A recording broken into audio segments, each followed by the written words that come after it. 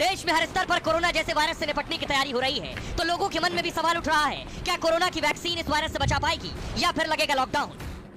अब सवाल ये, वायरस कितनी तेजी से फैल रहा है, चीन से निकलकर दुनिया के कौन कौन से देशों तक पहुंच चुका है। सबसे पहले ये देखिए, क्योंकि ये दुनिया के 4, 5, 6 देशों तक ये वायरस पहुंच गया है।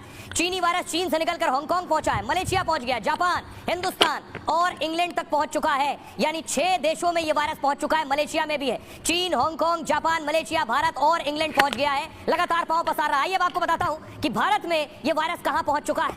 भारत के अलग अलग शहरों में इस वायरस ने दस्तक दे दी है। देखिए जरा, भारत के नक्शे में आपको दिखाने जा रहा हूं। खबर मिल रही है, गुजरात में एक केस मिल गया है इस वायरस का।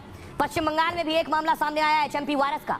कर्नाटक में 2 मामले सामने आ गए हैं इस वायरस के, और तमिलनाडु में भी 2 वायरस के मामले सामने हैं। आपको याद होगा, कोरोना के वायरस की शुरुआत भी दक्षिण भारत से हुई थी। वहां से 1 या 2 मामले कोरोना के सामने आए और उसके बाद धीरे धीरे करके ये आगे बढ़ते चले गए और उसके बाद पूरे देश और पूरी दुनिया ने हालात देखे। अब आपको बताऊं, चीन में जो वायरस मिला है इसके हालात क्या है और भारत में इसके हालात क्या है, ये मैं आपको दिखाने जा रहा हूं। देखिए जरा, सबसे पहले चीन की बात करेंगे। चीन में हालात क्या है। चीन में मास्क वाले दिन फिर से लौट आए।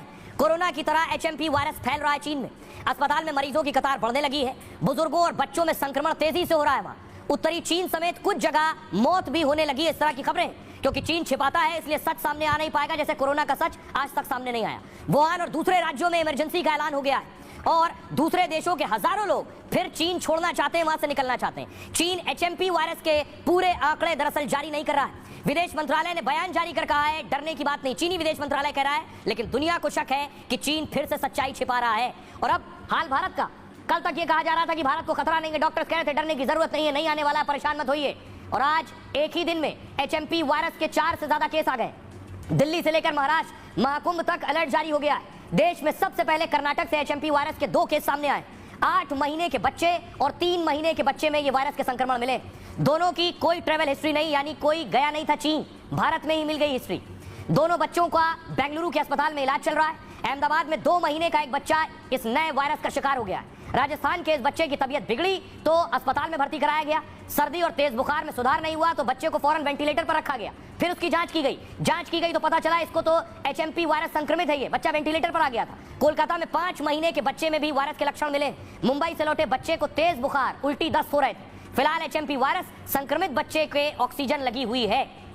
आइए अब आपको सुनवाता हूं कि पूरे देश में अलर्ट है। स्वास्थ्य मंत्री जेपी नड्डा खुद सामने आए, उन्होंने प्रेस कॉन्फ्रेंस की है। क्या कुछ कह रहे हैं स्वास्थ्य मंत्री, सुनिए।